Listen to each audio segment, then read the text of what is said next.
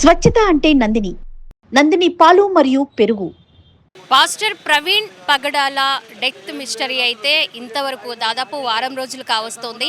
ఇంతవరకు ఆ మిస్టరీ వీడలేదని చెప్పాలి.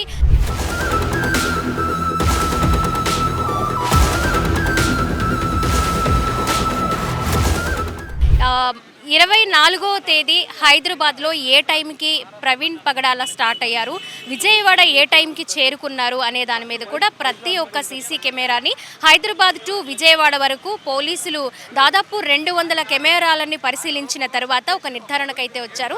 విజయవాడ రామవరపాడు రింగ్ దగ్గర ఆయన 5 గంటల 20 నిమిషాలకి అక్కడికి చేరుకున్నారు. అక్కడి నుంచి దాదాపు 4 గంటల నుంచి 5 గంటల వరకు అక్కడే ఆయన ఉండిపోయారు. చాలా నీరసంగా ఉన్నారు. 2 గంటల పాటు పక్కనే ఉన్న పార్క్ బెంచ్ లో ఆయన పడుకుని ఉన్నారు అని ప్రత్యక్ష సాక్షులు చెప్తూ ఉన్నారు. ఇక్కడ మనకి రామవరపాడు రింగ్ దగ్గర ఒక కార్నర్ లో ఉన్న అమరావతి టీ స్టాల్ దగ్గర ఉన్నారు. ఇక్కడ ప్రత్యక్ష సాక్షి అయితే మనతో ఉన్నారు. ఆయన మాటల్లో మనం తెలుసుకుందాము. ఇక్కడ ఏ టైంకి పాస్టర్ ప్రవీణ్ పగడాల చేరుకున్నారు, అక్కడ ఆయన పరిస్థితి ఎలా ఉంది, ఆయన లైవ్ లో చూశారు, కొన్ని సలహాలు కూడా ఇచ్చారట. ఇక్కడే ఉండండి, కొంత టైం మీరు రెస్ట్ తీసుకుంటే కాస్త ఫ్రీ అవుతారు అనే సలహాలు కూడా ఇచ్చారని ఆయన మాటల్లో మనం వింటున్నాం. ఒకసారి మాట్లాడే ప్రయత్నం చేద్దాం. ఏమండి, చెప్పండి, అసలు ఏ టైంకి మీరు పాస్టర్ గారిని చూశారు, ఆయన పరిస్థితి ఎలా ఉంది? మీరు కొన్ని సలహాలు ఇచ్చారని కూడా వినిపిస్తుంది, ఆయన కొంతసేపు ఇక్కడ రెస్ట్ తీసుకోమని. ఏం జరిగింది అసలు, మీరు ఏం ఆయనలో గమనించారు? హెల్మెట్ పెట్టుకుని ఉన్నారండి, మాస్క్ అయితే తీయలేదు. ఎస్ఐ గారు అక్కడ నుంచి సుబ్బారావు ఎస్ఐ గారు ఇక్కడ నుంచి తీసుకొచ్చి ఉన్నారు నా దగ్గరికి. కొంచెం టీ ఇవ్వమని చెప్పున్నారు. నేను ఒక్కనే ఉన్నాను షాపులో. అయితే టీ ఇవ్వంటే ఇచ్చాను. టైం ఎంత అయిందండి? 7:38 లోపు ఉంటుంది టైము, రాత్రి. అయితే ఫస్ట్ నీళ్ళు ఇస్తే మాస్క్ తీసి ఫేస్ కడుక్కున్నారు. తర్వాత టీ ఇచ్చాను. ఇక్కడ నిలబడి ఉన్నారు, ఇటు తిరిగి నిలబడి ఉన్నారు. ఈ పొజిషన్లో ఉన్నారు. ఎస్ఐ గారు ఇక్కడ ఉన్నారు. నేను టీ ఇచ్చినాను, తాగి ఇక్కడ పెట్టున్నారు గ్లాసు. పెడితే సరే అని చెప్పేసి ఎస్ఐ గారు ఇలా తీసుకెళ్లారు. ఆ సీసీ కెమెరాలో మొత్తం రికార్డ్ అవుతుంది. మొత్తం తీసుకెళ్ళినప్పుడు అక్కడ తీసుకెళ్ళినాక నన్ను పిలిచారు మళ్ళీ ఎస్ఐ గారు. బాబు ఇట్రా అంటే, ఏం సార్ అన్నాను. బుల్లెట్ బండికి డోమ్ పగిలింది. ఇక్కడ బుల్లెట్ బండికి రౌండ్ డోమ్ ఉంటుంది, డోమ్ పగిలింది. ఆ డోమ్కి పగిలింటే పెట్టినాను. సార్ పగిలి ఊడింది, మొత్తం పగిలింది, ఊడిపోయింది మొత్తం. అయితే దారం తీసుకురమ్మంటే నేను పొట్టాలు కట్టే దారం ఉంది తెల్లది, అది కట్టినాను. కట్టింది కూడా ఉంటుంది, బుల్లెట్ బండికి ఉంటుంది, మొత్తం సీసీ కెమెరా రికార్డ్ అయి ఉంటుంది. తర్వాత ఉండలేదు, దారం ఉండకపోతే ఇనుప సువ్వు ఉంది నా దగ్గర, అది తీసుకొద్దామని ఇలా వచ్చినాను. పాస్టర్ గారు అక్కడ కూర్చొని ఉన్నారు, హెల్మెట్ పెట్టుకొని ఉన్నారు, మాస్క్ తీసుకున్నారు. అయితే ఎస్ఐ గారు లోపల చూద్దామని చెప్పేసి అటు వెళ్ళారు. నేను ఇక్కడికి వచ్చినాను, బండి వేసుకుని వెళ్ళారండి. సీసీ కెమెరాల్లో బయటకు వచ్చిన ప్రతి విజువల్లో కూడా ఆయన హెల్మెట్ తీయలేదు, ఫేస్ కి తీయలేదు. ఇక్కడికి వచ్చినప్పుడు హెల్మెట్ తీసారా? హెల్మెట్ తీయలేదు, మాస్క్ మాత్రం తీసి ఫేస్ కడుక్కొని టీ తాగారు. హెల్మెట్ ఏం తీయలేదు. మీరు అప్పటికి గుర్తుపట్టారండి ఆయన ఒక పాస్టర్ అని? మీరు ఏమన్నా గుర్తుపట్టగలిగారా? లేవండి, మీసాలు ఏం లేవు, మీసాలు గడ్డలు ఏం లేవండి. ఆయన ఏ టైంకి ఇక్కడ నుంచి వెళ్ళిపోయారండి మీరు చూసినప్పుడు? ఆయన పరిస్థితి ఎలా ఉంది? మా దగ్గరకు వచ్చినాక ఇక్కడ 35 మినిట్స్ ఉన్నారండి, 35 మినిట్స్ ఉన్నారు. అక్కడ కూర్చున్నారు. ఆయన బిగించినాక ఎస్ఐ గారు మాట్లాడారు, రెస్ట్ తీసుకోమని చెప్పారు. మాట్లాడే ప్రయత్నం చేశారు. ఆయన రాజమండ్రి వెళ్ళాలని చెప్పారు. చెప్పాము, ఈ పొజిషన్లో వెళ్ళకూడదండి, ఎక్కడికి వెళ్తాను ఎస్ఐ గారు అడిగి ఉన్నారు. అదే విధంగా చెప్పారు.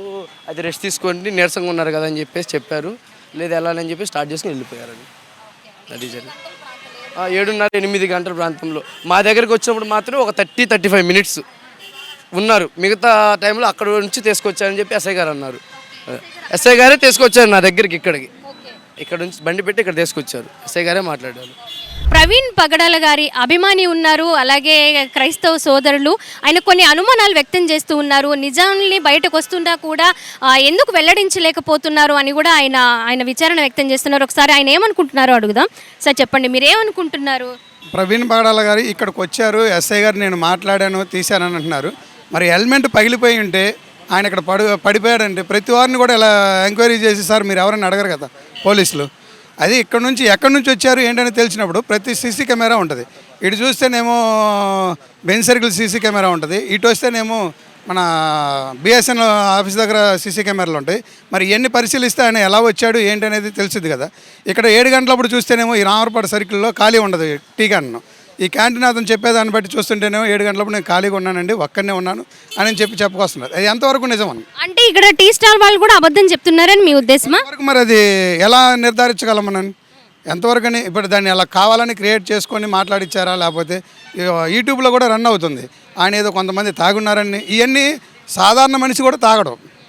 ఎవరు కూడా చర్చికి వెళ్ళే వాళ్ళు క్రైస్తవులు ఎవరైనా సరే నార్మల్ వ్యక్తి కూడా వెళ్ళి మందు బాటిల్ తీసుకొని తాగడం పడిపోయే స్థితి చేయరు.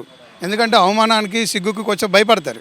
అలాంటిది ఒక పాస్టరు 2 రాష్ట్రాల్లో బాగా సువార్థికులు దైవజనులు, అది కాక అతను అలాంటి వ్యక్తి వెళ్ళి ఇలా ప్రచారం చేయడం అనేది కరెక్ట్ కాదనేది మా యొక్క ఇలాంటివి చేస్తే రాష్ట్రాల్లో ఉన్న చాలామంది క్రైస్తవులకు కానీ ఇంకొకరికి కానీ క్రైస్తవులనే కాదు చాలామంది కొంతమంది జీవితాలు మార్చుకోవడానికి కూడా క్రైస్తవులుగా వచ్చి మార్పు చెందిన వాళ్ళు చాలామంది ఉన్నారు. అటువంటి మా మనోభావాలు దెబ్బతింటాయని చెప్పేది మా యొక్క అభిప్రాయం. ఫైనల్గా మీరు ఏం కోరుకుంటున్నారండి? ఫైనల్గా అయితే దీని వెనకమాల ఉన్న కోణం ఏంటనేది పోలీసులు తొందరగా ఛేదించి దాని పోస్ట్ మాస్టర్ రిపోర్ట్ బయటపెట్టి వాళ్ళకి శిక్ష పడితే బాగుంటుంది అనేది మా ఇది. కక్షపూరితమైన విధం కాదు మా క్రైస్తవం అనేది, క్షమించి వదిలేయచ్చు. కానీ ఇంకొకరికి జరగకూడదు ఇలాంటిది.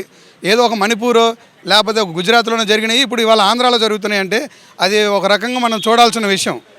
దాన్ని ప్రతి ఒక్కరూ ఆలోచించి దాన్ని ముందుకు తీసుకుపోతారని చెప్పి దాని వెనకమాల ఉన్న ప్రతి ఒక్కరిని బయటికి లాక్కొస్తే బాగుంటుంది అనేది మీ మీడియా ప్రతినిధుల ద్వారా మా యొక్క వినపం తెలియపరుస్తాం. కావాలని ఒక డమ్మీ ప్రవీణ్ని క్రియేట్ చేసి కావాలని అలా చేశారు.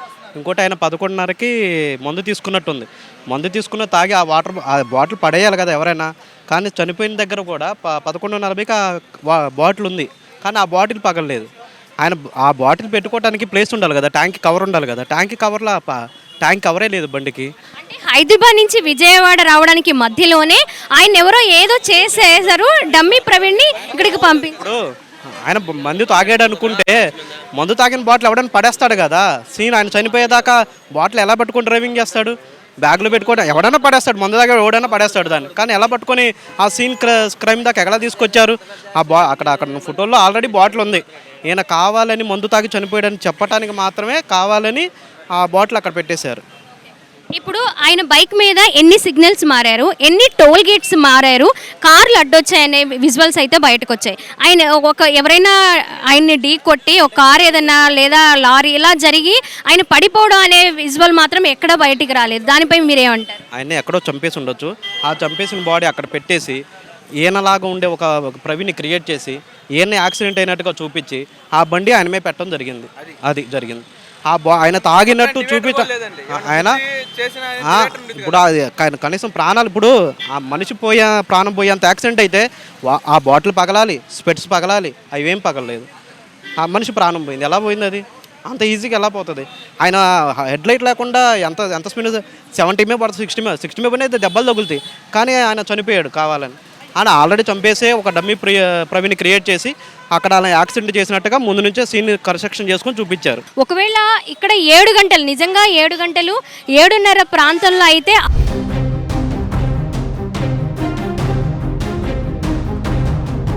రామవరపడు ప్రాంతంలో చాలా ట్రాఫిక్ అనేది ఉంటుంది రెగ్యులర్గా.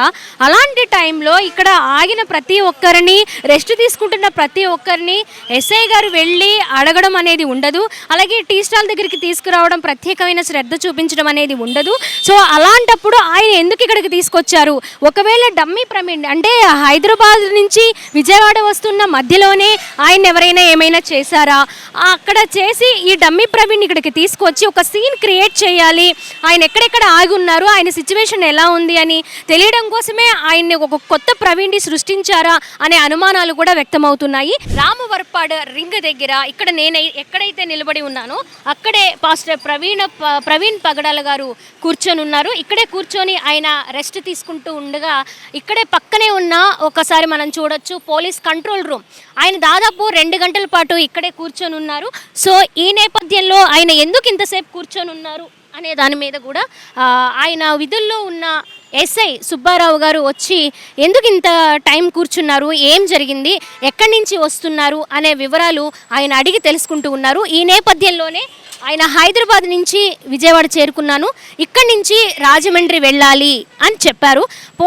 అక్కడ విధుల్లో ఉన్న పోలీస్ ఏమనుకున్నారు అంటే ఆయన చాలా ఎండల్లో నుంచి వచ్చారు, మధ్యాహ్నం టైంలో బయలుదేరారు కాబట్టి కాస్త నీరసంగా ఉన్నారు, టీ ఆర్ కాఫీ తీసుకుంటే కాస్త రిలాక్స్ అవుతారనే ఉద్దేశంతో ఆయన్ని పక్కనే ఉన్న టీ స్టాల్ దగ్గరికి తీసుకువెళ్ళారట. టీ స్టాల్లో వర్క్ చేస్తూ ఉన్నటువంటి ఒక వ్యక్తితో మనం మాట్లాడడం జరిగింది. సో ఇక్కడ ఆయన బండి పెట్టుకొని ఇక్కడే ఆయన కూర్చొని ఉన్నారు. ఆ బండికి అప్పటికే ఆయన హైదరాబాద్ నుంచి విజయవాడ చేరుకుంటున్న మార్గం మధ్యలోనే ఆ లైట్ అనేది ఊడిపోయి ఉందట. అది దారంతో కట్టడానికి ప్రయత్నం చేశానని కూడా వాళ్ళు చెప్తూ ఉన్నారు. అయినా కూడా అది నిలబడలేదు.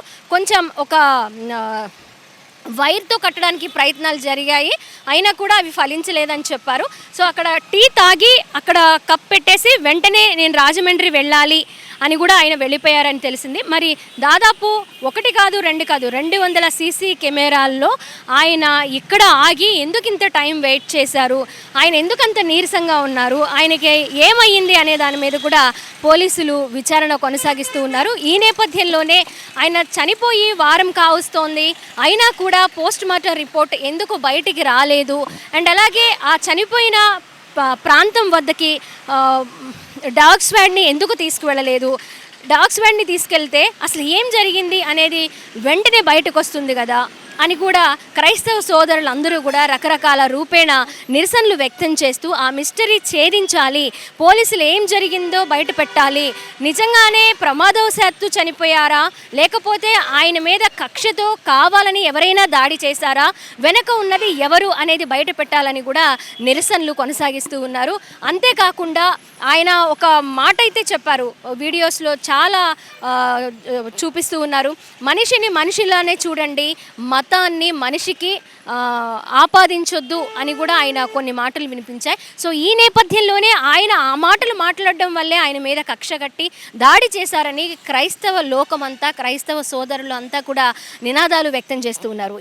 ఒకవేళ ప్రవీణ్ పగడాల కాకుండా వేరే వ్యక్తిని డమ్మీ అతన్ని తీసుకొచ్చి ఇక్కడ కూర్చోపెట్టారు, అలాగే టీ తాగించారు అని కూడా కొంతమంది ప్రవీణ్ పగడాల అభిమానులు వాళ్ళ అనుమానాలను వ్యక్తం చేస్తున్నారు. కెమెరా పర్సన్ కృష్ణతో స్వాతి, సుమన్ టీవీ, విజయవాడ నుంచి.